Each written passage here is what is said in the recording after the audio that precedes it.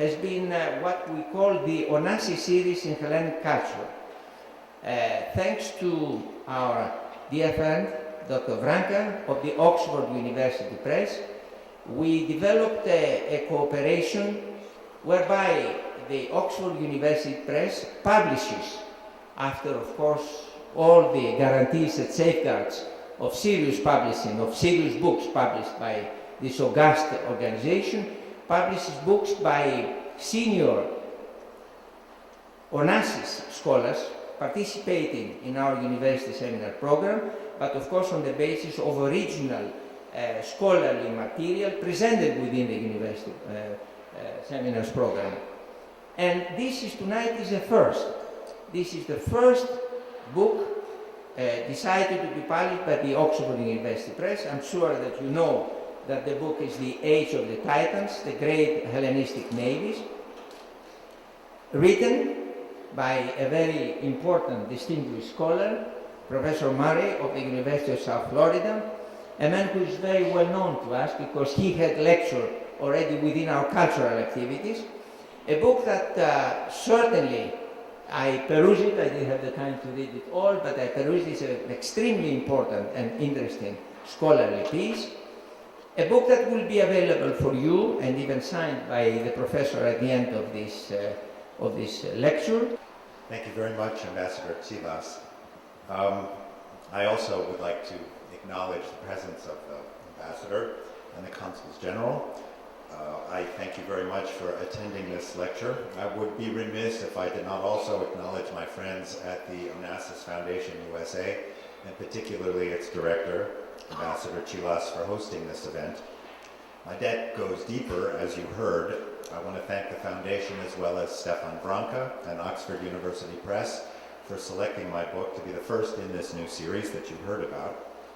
And last but not least, of course, I want to thank you all, ladies and gentlemen, for coming this evening to hear about this new book, which is the subject of my remarks.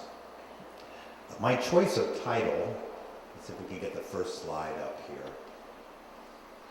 My choice of title, The Age of Titans, actually comes from a chapter in a well-known book by Lionel Casson, a famous New Yorker, which is a classic study of ancient seafaring.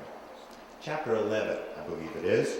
In this chapter, he outlines the naval story of Alexander's generals who, after his death, fought tooth and nail with one another over the remains of the great man's empire.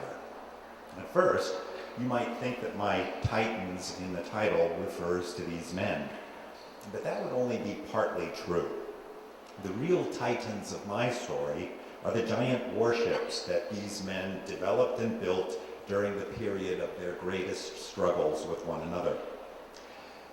Before we enter this Age of Titans, I've got to share with you first some technical terms so that it will enable our discussion.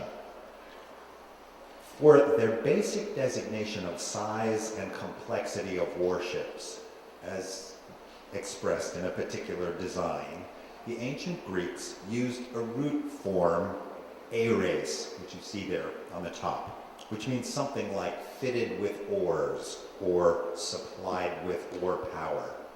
They then added a numeral as a prefix, which therefore we get terms like moneres, or we get, which means single fitted, or diares, which you see there, double fitted, triares, triple fitted.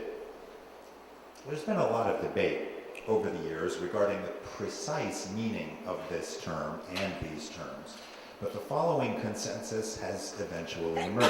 I'll tell you about it.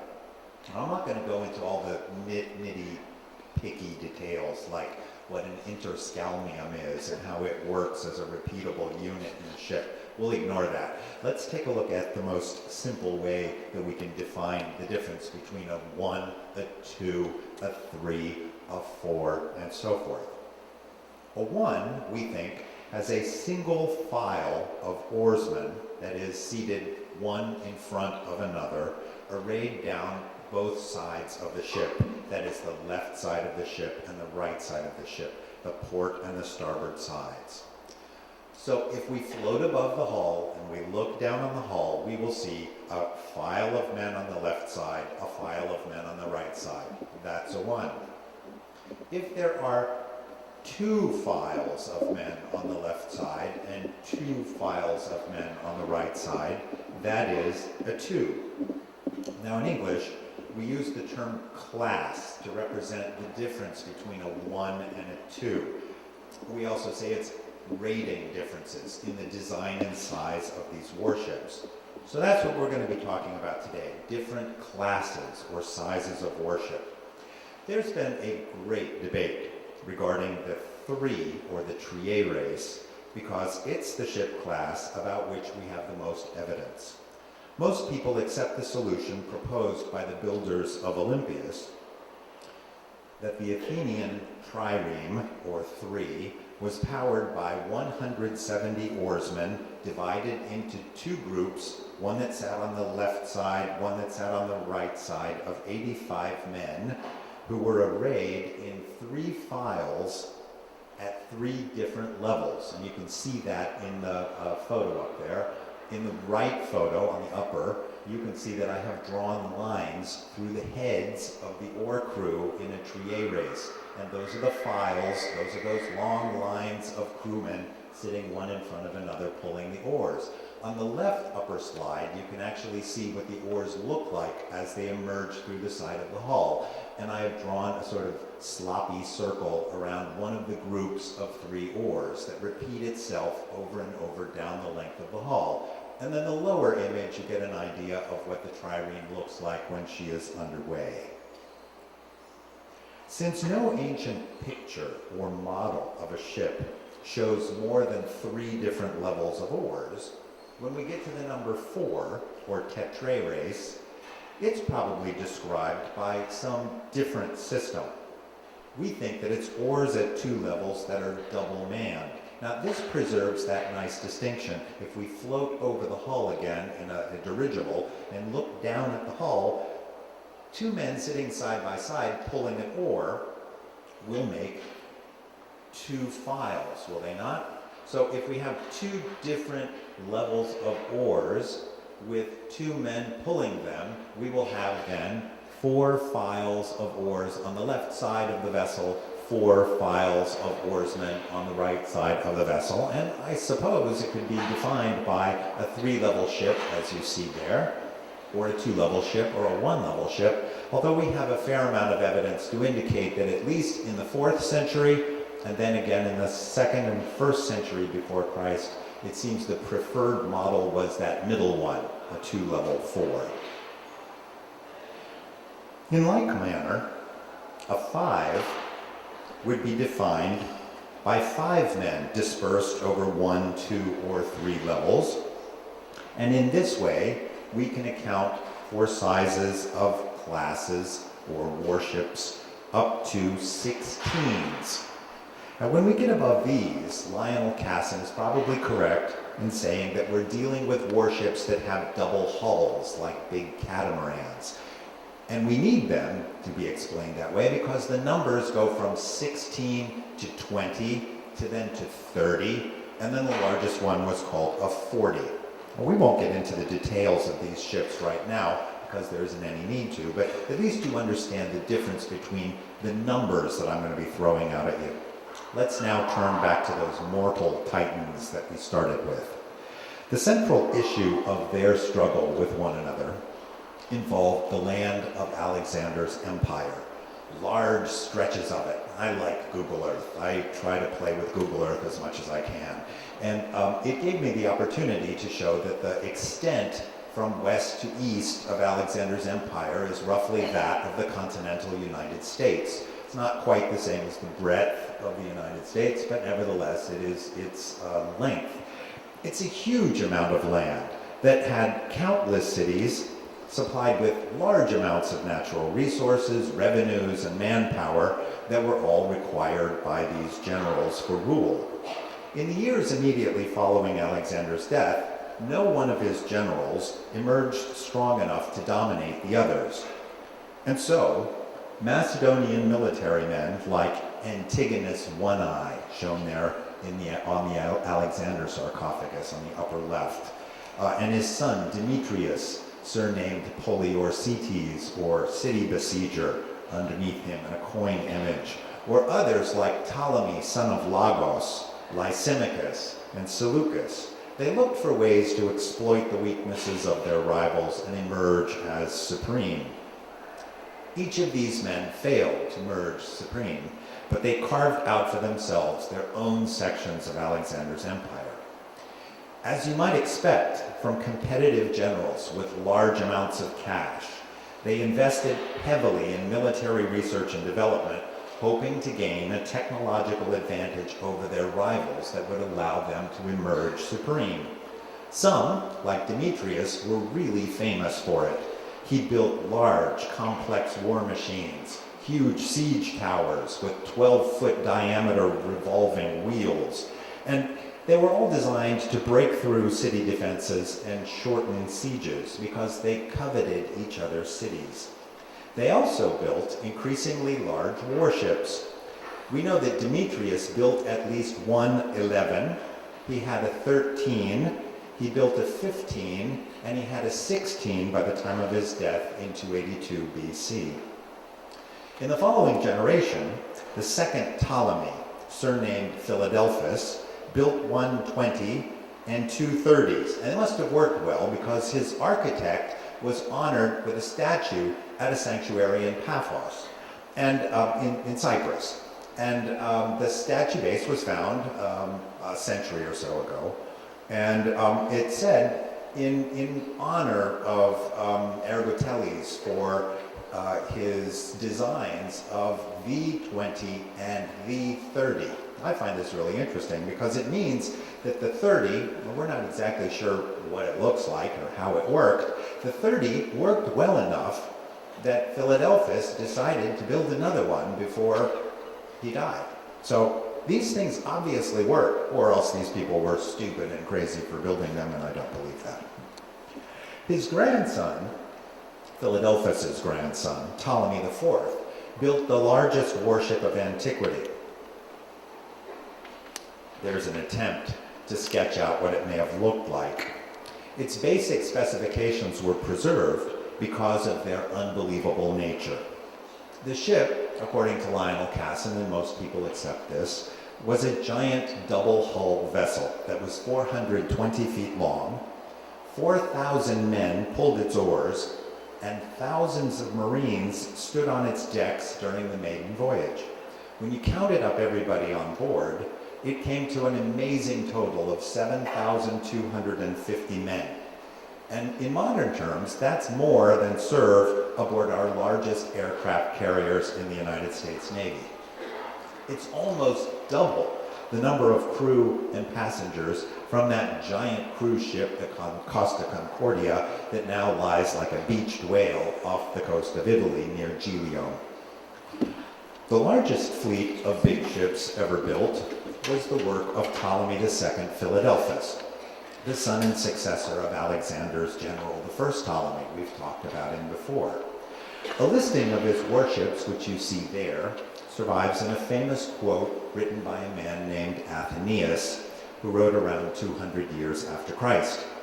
He said that Philadelphus amassed 72 vessels in the range of 6 to 9, 20 in the range of 11 to 13, and then on top of this, as we've already seen, 120 and 230s. If these weren't enough, he had more than 4,000 ships of other sizes spread throughout his empire. Now, it's hard to know what to make of this evidence, particularly since no surviving author describes exactly how Philadelphus used this giant fleet of big ships in battle. We presume he did, but we have no description of it. Then, in the space of a generation or two, during the mid-2nd century, the big ships all seem to disappear. Except for one brief moment during the 1st century, when Antony and Cleopatra made an attempt to invade Italy. Their invasion force was stopped at Actium, which is shown in the slide there. The right slide has a box around where Actium is located, and you have an aerial view showing the entrance to the Ambracian Gulf in the left slide, looking from north to south, that shows the region of the battle zone. The battle was fought off modern-day Preveza in southern Epirus, and thereafter Augustus won, and the ships that fell into his hands from Antony and Cleopatra's fleet were all decommissioned, except for 4s and 5s and a few 6s. The large warships of the Hellenistic age after Augustus were never rebuilt, and thus they leave us to wonder, what was all the fuss about? My book, The Age of Titans, if I can get it to come up there, attempts to provide answers to questions like, what was all the fuss about? What drove this big ship phenomenon? When, where, why did it start? What advantage did big ships give to those who possessed them? And finally, if they gave an advantage, why did people stop building them? In so doing, in answering these questions, I describe a new model of naval power that really was developed by Macedonian generals like Philip II, the father of Alexander, and Alexander the son, and of course Alexander's generals and their offspring who ruled the main kingdoms during the Hellenistic age. They developed this model. I call it a Macedonian model, and they did it in order to gain and then retain coastal cities with fortified harbors. Let me give you an example of one. Piraeus is one, Miletus is one, Ephesus is one. I show how these big ships were used with a collection of other ships in strike forces that were called naval siege units. It's a modern term, it's my term, it's not used in antiquity, but nevertheless these siege forces did operate in these units, and the purpose of the unit was to attack and then to defend harbor defenses. So it's kind of atypical of your typical, atypical of the normal way that naval historians think. Naval historians think ships are designed in order to fight one another. I'm saying that these large ships were designed in order to fight cities. Sounds a little odd. I came to this conclusion because I could no longer accept the old theories, which saw these big ships as vessels that fought one another in duels on the high seas. According to these old views, which all go back one way or another to this influential book published in the 1930s by William Woodthorpe Tarn, according to his theory, big ships were packed with marines and with catapults, which were also invented during this time period. And then big ships got close to one another. They bombarded their foes with volleys of stones and large arrows before moving in close so that the marines could throw grappling irons, pull the enemy alongside, and then smother them with boarding parties. 4s along this idea were built to beat 3s because they were larger and could carry more marines. 5s were built to beat both 4s and 3s because they could carry more marines, and so forth, until we get up to the giant 40, which had a huge deck and could have smothered a whole fleet, single vessel.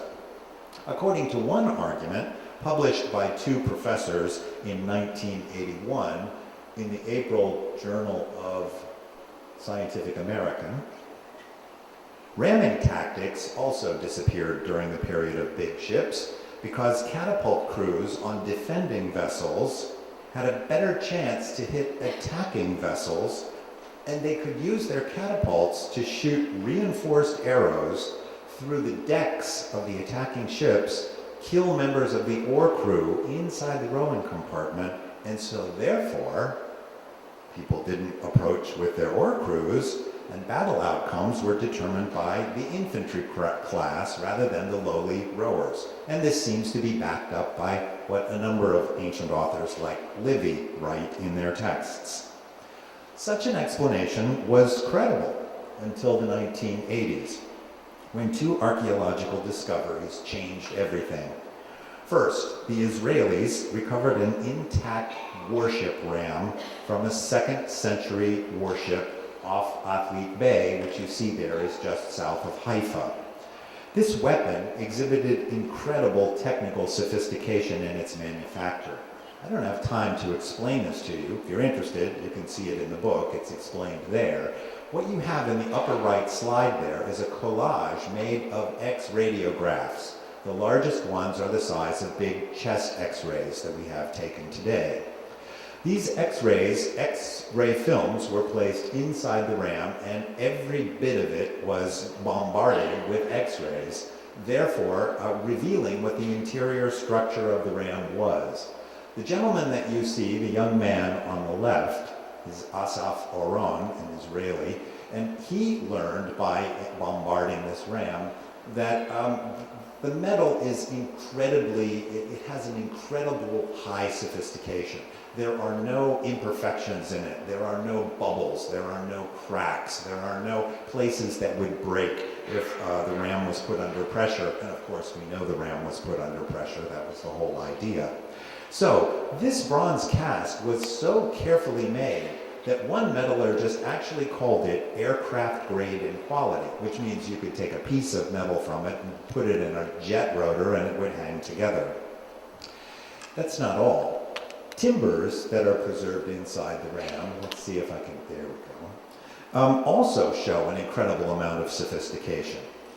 They were developed in a particular way to transfer the shock of the ramming blow. Think about it, when a ram hits an opposing ship, there's an incredible amount of force that is generated to the attacking ship. The timbers were designed in such a way that they helped channel the force of the ramming blow to the bottom timbers of the vessel, which you see on the left slide with the red oval around it. Those are the timbers that are best able to withstand the force of the blow, because those are the timbers that are supporting the great weight of the ship against the buoyancy of the water. I guess it's the buoyancy of the ship. At any event, this also showed an incredible degree of sophistication, much greater than anyone expected. The second discovery was made at Nicopolis in western Greece, in southern Epirus, at a site of the city founded by Augustus following the Battle of Actium. Here, on a victory monument that was constructed by Augustus to commemorate the Actian War, I was able to detect the design of warship rams that are still preserved in stone, and thus demonstrate how Antony's big warships at Actium had fully functional rams on them that dwarfed the example found off Israel, which probably comes from a 4, a relatively small ship when you consider that the largest one was a 40. So the ram found off Israel weighs 1,028 pounds, and when it was found, many people thought that it came from a ship like a 10, a relatively large ship. Now it looks like it comes from a little one, and that's because the rams that would be appropriate for fitting in those holes, and I don't have the time to explain to you how we know rams fit in those holes, but if you want to find out, it's in the book too. But the rams that would be appropriate for fitting in those holes looked like that. And the one on the right is from the biggest hole in the monument, and the one on the left is the Israeli ram. The Israeli ram has support timbers that are about that wide, meaning that's its shock absorber. The support timbers inside the ram on the right that you see there are so wide that if I go up to the site and put my hand on the right side of the hole and try and reach the left side of the hole, I can't reach. It's even bigger than that, meaning that the shock absorber inside that ram is this big. It's huge. So the process by which I came to all of these conclusions is, as I said, too involved to describe today, but let me show you the results. I did show you the results. I skipped ahead. The biggest ships at Actium, which historical accounts describe as 10s, 9s, 8s, 7s, and 6s, all had massive rams at their bows, and they all functioned as powerful ramming machines. So here's the $40,000 question. What were they used for?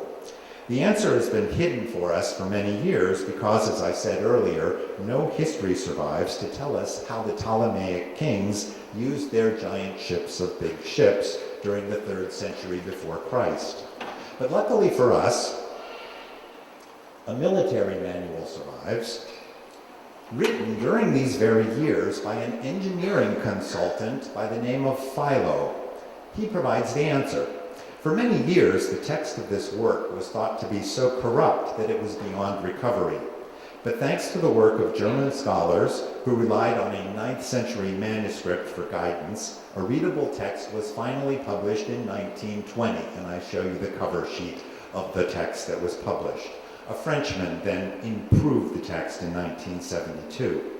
Now, the main problem with what Philo says in Greek, the way we have it preserved, is that it's sometimes so abbreviated it's hard to know what he originally was saying. And this is because the manuscript was just crudely abbreviated sometime before the 9th century by an unknown copyist, somebody who wanted to cut out all the stuff that was not relevant to his own time period.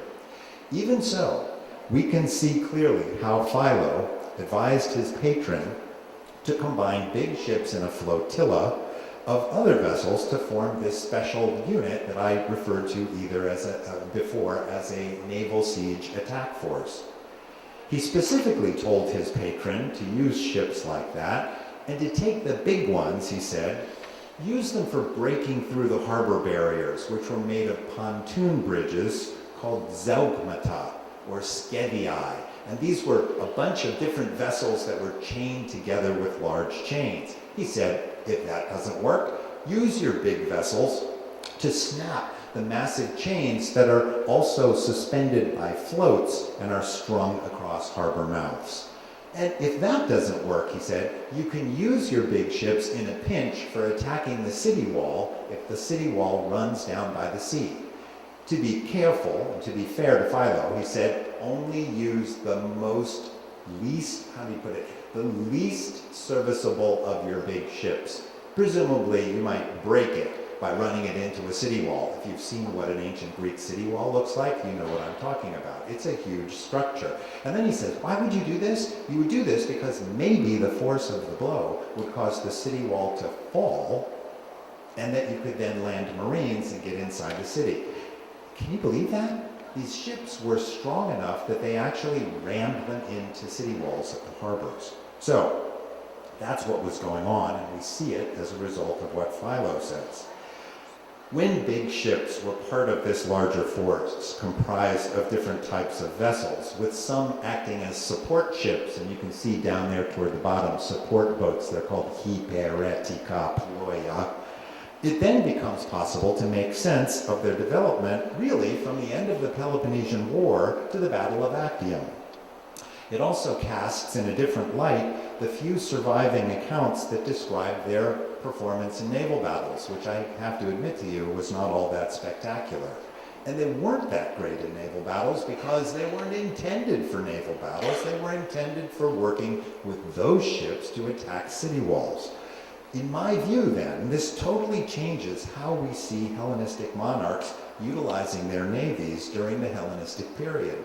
It changes the way we can interpret foreign policy in the Hellenistic period. Let me give you an example.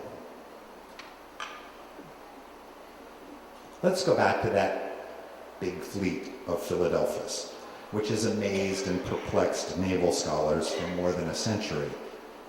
While we may lack a connected narrative of his reign and a full description of all of his wars, we can now see a use for the large armada that can be divided into multiple siege units and whose simple existence might serve both as a deterrent to both his enemies and his friends. So this giant force, in a way, can be construed as a nuclear arsenal. I know it sounds a little out there. This map shows the physical locations. Unfortunately, it doesn't come up very clearly, but you can see the dots still. It shows the physical locations of dependencies making up the so-called Ptolemaic Empire during the reigns of the second and third Ptolemies. a letter written by Ptolemy II to the city of Miletus around 262 BC that was then published on stone reveals how the system worked. When a city felt threatened or faced with an attacker, it immediately sent messengers to a regional commander. And the regional commander then communicated to the king himself, and he decided how best to respond. In the case of Miletus in 262, Philadelphus sent a man named Hegestratos, army commander, to the city of Miletus to deliver the specific response, which no doubt included some sort of promise of military support. Now, whatever help Hegestratos promised to Miletus, we know the city was probably lost to Philadelphus about 2 years later, as were a number of other places in the Aegean nearby. But thereafter, in the early 250s, we know as well that Philadelphus seems to have resurveyed his property, conducted new tax surveys, and the general conclusion has been he was interested in increasing his revenues. And then again, I would argue, around the middle years of the decade, he began to slowly add ships to his fleet, so that by the time of his death in 246, he had the largest fleet of all the Hellenistic kingdoms. Now, what good was it to him? Well, he knew that what was going to happen was there would be a succession problem. He gives the kingdom to his chosen son, Ptolemy III Euergetes, and what has happened in the previous 3 generations is that when one of the lagged Ptolemaic kings or Seleucid kings dies, war always breaks out between the 2 kingdoms as each side tries to grab territory for themselves. He knew there would be a war, and it did break out. It was called the Third Syrian War. And it ended with a large recovery of overseas possessions by Ptolemy III, the successor. Although we lack the specific details of these gains, as I told you, we don't have any military account that describes these things, places lost to the father during the 270s and 260s once again show connections to the son in the 240s. These places stretched from Syria through Cilicia, Lycia, Ionia, the Aegean, and Thrace, all the way up to the Hellespont. I suspect we see in that pink area that I've outlined there the impact of more than one siege unit formed from the fleet that was bequeathed to Euergetes by his father Philadelphus. Okay, let's take another example. Let's consider the Battle of Actium, the last naval battle of antiquity in which big ships played a role. We might wonder why Antony and Cleopatra brought a fleet of big ships with them to Actium in 31 BC, long after big ship navies were popular. This is a very complex question. I don't mean to make light of it, but I'm going to give you a very short answer. I believe they brought the big ships with them to force entry into the fortified ports of southern Italy, especially Brundisium and Tarentum, which you see on the map there. To me, the very existence of the big ships in Antony and Cleopatra's fleet meant that Cleopatra did indeed intend to march on Rome, as Augustus and his propaganda machine shrilly proclaimed to all Italy. But Antony lost at Actium, so to see the big ships in action doing what they were designed to do, breaking through harbor barriers. And Augustus, as the victor, published his own version of the battle around 21 BC, and he tainted the record beyond recovery. He presented the vessels of his rivals as too large to be functional, clear manifestations of their oriental excess and reliance on show rather than on functionality.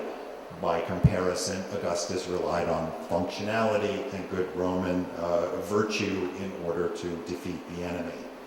So, the victors get to write the history books, and thus his version influenced subsequent writers up to the present day and colors the way we still view the battle and still teach it to undergraduates in classes at universities around the country, I dare say around the world.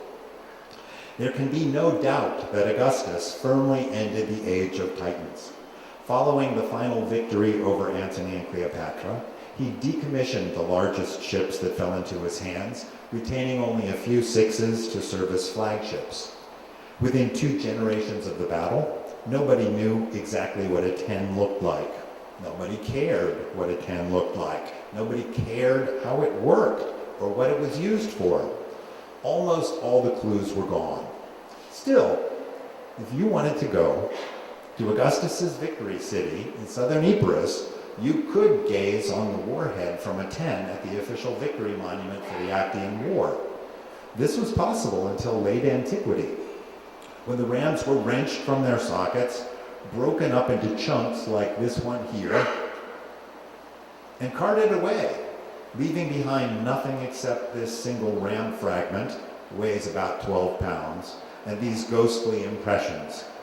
In time, even these ghostly impressions were covered by weeds. But for those to care to probe a little bit, enough evidence does remain to recover the story behind the Age of Titans. And if you're curious, the details appear in my book, which I'm going to give a shameless plug for there, The Age of Titans. Thank you very much.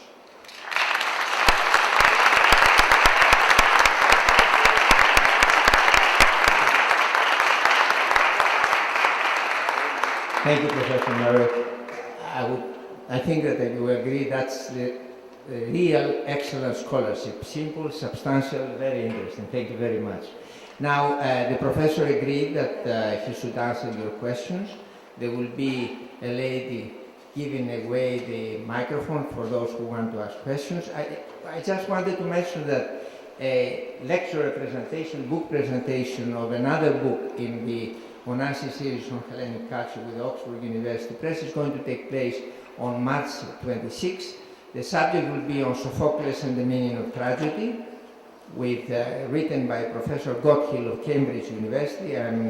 It's very difficult to match such a performance, but I do hope that the famous and very charismatic, indeed equally charismatic Professor Gotthill will match this performance. But without further ado, Professor, you may wish to ask some questions if there are any, and I'm sure there should be.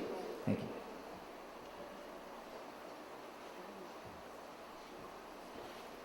You're all too stunned. Yes.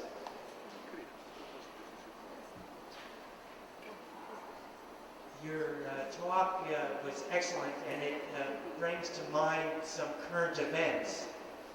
For example, was it the Chinese who recently bought the Russian aircraft carrier and refitted it? Mm-hmm. And then you have smaller, high-performance Magnum boats, cigarettes that are, travel at speeds of up to 100 miles an hour, mm-hmm. and can be armed with torpedoes for a swarming technique. Mm-hmm. So what do you think of those ideas? I think Augustus would approve. When you have a massive piece of military hardware like an aircraft carrier, it's not going to excel in all kinds of conflicts. And if you get it into a situation where it can be vulnerable and attacked by other vessels that are quicker and more agile, it's vulnerable. And so it's surrounded by a carrier attack group. I don't know what the current terminology is for it, but they're very specific sorts of vessels that go along with an aircraft carrier. There are a number of submarines, and there's a number of destroyers, and they're resupply vessels, and they're missile vessels, and they've got all the defenses worked out. I don't know how, I think they do fear, like the USS Cole, if you remember that, the attack on the USS Cole a number of years ago. They do fear very small vessels that can move quickly and come in, particularly acting like a suicide attack. But yeah, I think that the parallel is a good one. May I just ask a question? Indeed, you broke new ground for me, at least, because you described that what I felt that the Macedonian might was based on infantry and on land military might. It's been reshaped in my mind by adding the naval dimension. Is there any way to give me an idea, give us an idea about the percentage? Because here we understand that the Hellenistic military might lied not solely on what I felt was the land operations, but also naval operations. What's, for me, I would like to see, is that what? 2/3, 1/3? What was the percentage of the contribution to the overall military capacity of those years? I can answer in two ways. The first way is to look at Alexander's initial conquest. His campaign was some 13 years from beginning to end.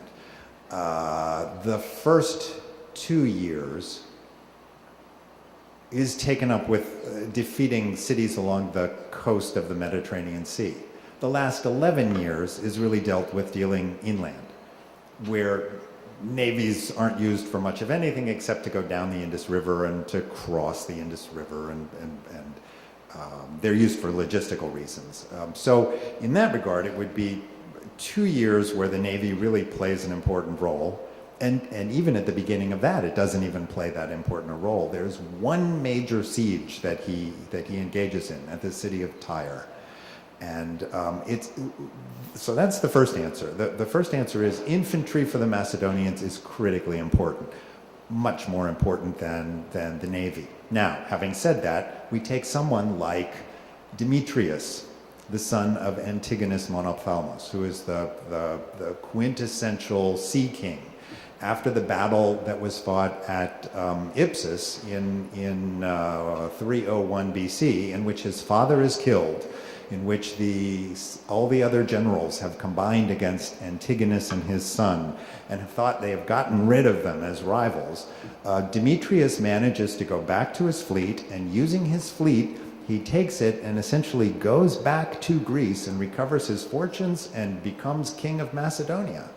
So with Demetrius, it was critically important. So for him, I would say that the sea power was maybe 75-80%. Now, if you take Ptolemy, the king of Egypt, he is going to be a more even split, because this empire of his stretches out through, I don't know, I counted 65 coastal dependencies, which means that in order to influence those coastal dependencies, he must have an active military, an active naval force. But he also must have an active land force, an infantry force, in order to administer Egypt. So with him, I would be less comfortable giving a percentage, but it might, I would still give him maybe more of a percentage as far as naval power. So it depends on the monarch. And all I'm saying is that in the past, naval historians in general, have just sort of taken a pass when they deal with the naval history of these kings, and we got off easy because we said, oh, well, we don't have any accounts of the battles, so therefore we don't know anything about them, and they have these weird big ships, and who knows what was happening, but it obviously played a role, but I don't know what it was. Well, now I'm saying we can't take a pass anymore.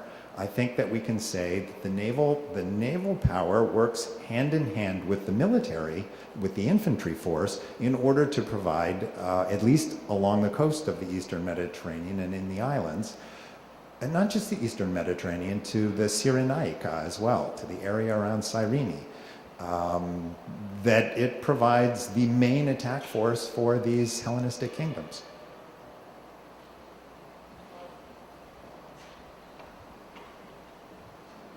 With very little knowledge of naval history, but could you say that your theory, or not theory, your findings mean that the Alexander and his descendants transformed the Athenian naval battle model?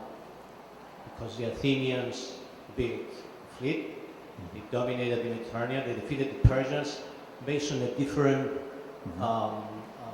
battle idea, if you wish. Can we say that? I can't say that. I'll say it like this: it's more complex than that. what you find is that the beginning of the transformation starts to occur at the end of the Peloponnesian War. This beginning of this transformation occurs at the end of the Peloponnesian War, and it occurs in the west, in Sicily, with the Sicilians fighting against the Carthaginians. And then I believe the technology spreads from Carthage to Phoenicia, and then is adopted from Phoenicia to Cyprus. And so it actually comes from the west, not through the Greeks, but through the Punic peoples. And as a result, by the time Alexander comes to the Eastern Mediterranean, he brings with him triremes. He does not bring with him 4s and 5s. He brings with him 3s. And when he gets 3s, he gets them from the Cypriots. I'm sorry, when he gets 5s, the Pentares, he gets them from the Cypriots and he gets them from the Phoenicians. And so in a way, the Macedonian successors of Alexander, who then take these larger vessels and extend them and develop a model that is much more effective than was ever conceived of by the Carthaginians or by the Phoenicians, they actually pick it up from the Eastern Mediterranean. So it's fascinating to see the interconnectedness between Mediterranean cultures as far as naval technology and models of naval power go. Yes? Regarding your focus on the big ships, in modern times, I'm talking about the late 1800s and the early 1900s, we had the race for the dreadnoughts. Mm-hmm. We had the major powers of Europe, Germany, England, France, and so on, fighting each other for making ever bigger ships with ever bigger guns. 16, 18, maybe 24-inch guns, I'm not sure. But the purpose of those big ships was not against other ships, it was against cities. Mm-hmm. So it's similar to some extent the function of the big ships in antiquity. Thank you for that.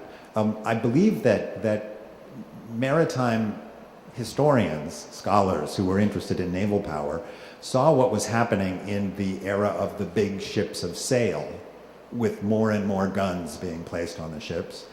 And with the dreadnoughts, and as Alfred Thayer Mahan said, they forgot the fact that, yes, the big ships in the early 20th century were aimed at land. They were aimed at influencing policy on land, and they thought in terms, many of these scholars were from Europe, continental Europe, and from England as well. And they thought in terms of their own naval history, and for them, they thought bigger ships meant bigger firepower, and that meant fighting other big ships. But your point is well taken. Yes? Oh, there's a microphone that I think is going to find its way to you. I find it interesting that whereas Alexander put less emphasis on the Navy, thinking the core of his strategy being, in essence, that if you conquer the ports and the cities, in effect, you deprive the Navy of any place to come into. Mm-hmm. And his strategy succeeded very well. Yet, his successors went the other way. That's one point I'm going to make. The other point I'm going to make, I'd like to take issue with you on, as notwithstanding your very good explanation of the use of the large ships for knocking down walls, I find it very implausible, knowing that you need an enormous amount of momentum, mass times speed, and knowing that the speed at the most would be 15 knots. And I doubt that the ships was more than 8 or 9 knots. Probably less. Because of the size, right. That they were ever able to do any damage to any wall. I would think that they were used as a platform outside the wall, in effect, to breach the walls by climbing with ladders and so forth. In essence, turning the sea into land by having a big piece of platform to do the attack. Thank you. If I can just answer the last point, which is interesting. What we must do when we study the ancient world is we must not bring our modern perceptions of the way it ought to work. We need to take a look at what ancient peoples tell us the reality for them was. That's where Philo is so very important.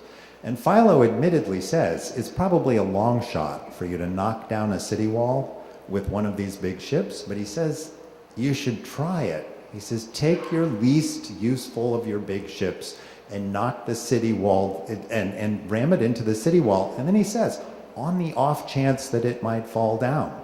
And we know that these vessels were used for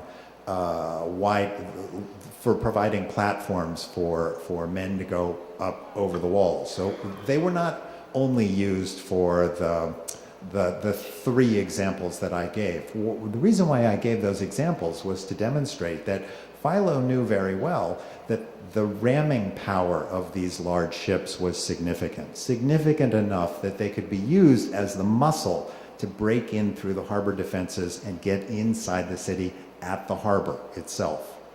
As far as the first point that you made, Alexander, I have a whole chapter that deals with Alexander that you might find interesting. He, yes, indeed, you're right. He decides not to use a fleet, and it's interesting. He decides not to use a fleet because when he made that decision, his fleet was inferior to the Persian fleet. So he knew that if he had 120 ships that he had to restrain from fighting against the Persians, my idea is he would have had a serious morale problem when what Alexander does best, if you look at his campaign, is take strategic objectives that he knows that he can achieve so that he has appearance of forward momentum. This keeps the morale up among the army, and it got him until Tyre. And at Tyre, that's when he hit against the wall, because his decision beforehand not to have a navy meant that he was going to have to sit at Tyre for maybe a year and a half to wait for the city to surrender. So what he does, and this is, I think, an interesting observation, he's got the military engineers that were carefully put together by his father.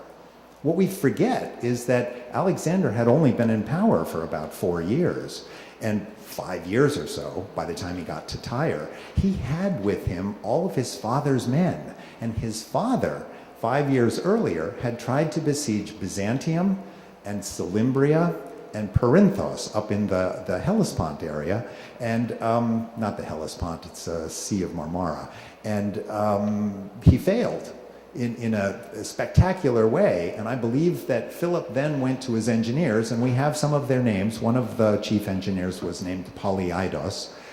I'm sure he said to him, get me a solution. I want to know how I can use my navy in order to get into a city.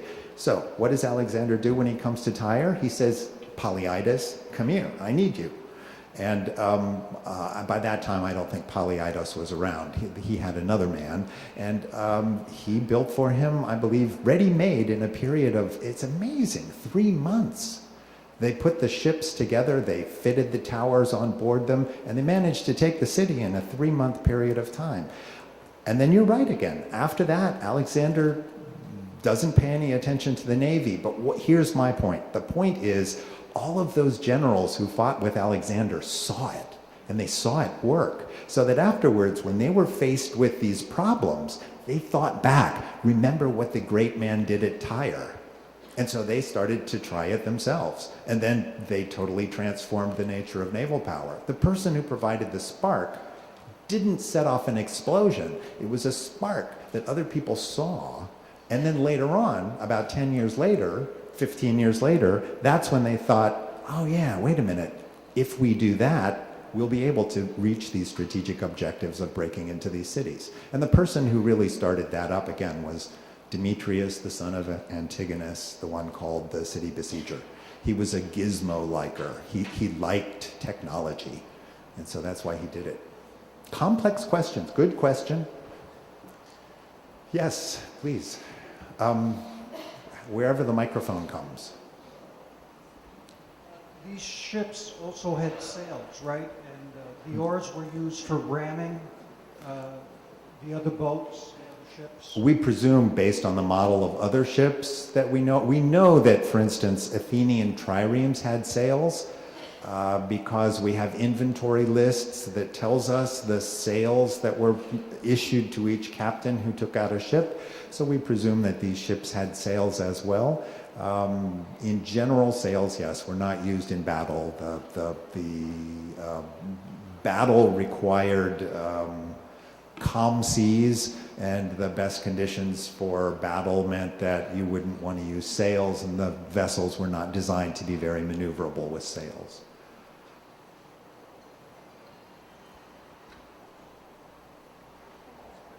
Before Actium, do we have any records of the Hellenistic navies fighting Rome during the 3rd and 2nd centuries BC? Yes. We have fighting Romans, did you say? The Roman Navy, yes. Yes, we do. There's a series of wars. It's called the Syrian War between the Romans and Antiochus III. It occurs around 200 BC, and it's fought on the west. Well, it's fought in a number of places, but the naval war is fought on the western coast of Asia Minor. And in the year 201, 200 are the beginnings of it. That's not the actual date of the war. The war occurs later in 190, in the 190s. What the Romans are doing is they have booted Antiochus out of Greece. Antiochus was called in by the Aetolians, I believe, or the Achaeans, maybe the Aetolians. And the Romans defeated him, drove him out of Greece, and then their typical way of fighting a war was to bring an infantry force. They wanted to gain some control of the western coast of Asia Minor so that they could cross the infantry force from Europe over into Asia. And so in the years 191 and 190, they were readying this transfer of their forces. And during that time period, Antiochus III fought 3 naval battles in which big ships take part, and they never do very well. And when I've looked at it more closely, I have found that the big ships were in the region because Antiochus was also besieging cities. And the reasons why they get caught in naval battles is because Antiochus is forced to move his troops from one city to another, and as he moves his naval force from one city to another, the Romans attack the big ships, and they defeat them. So I think the history of naval battles involving big ships shows that they're not really very effective in fighting battles at sea.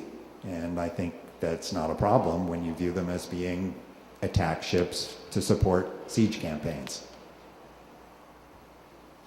Based on your description of the fleets, it seems like they needed massive timbers and lots of wood. Yes. Where did they source their wood from, and what happened to their forests? That's really a great question. It's like how we'll be talked about centuries from now when they say, well, all of these populations in China and India, and they're competing with these established civilizations in North America and Europe. Where did they get their gas? Where did they get their diesel? And the answer is, we've got companies that are what's the word for prospecting for natural resources all over the globe, and finding interesting ways to produce natural resources from areas that we thought were spent. What's this thing called? What's it called? Is it called fragging? Fracking. All right. Well, it's something we don't get in Florida because we don't have any rocks in Florida. But yeah, my sister is clamoring about it.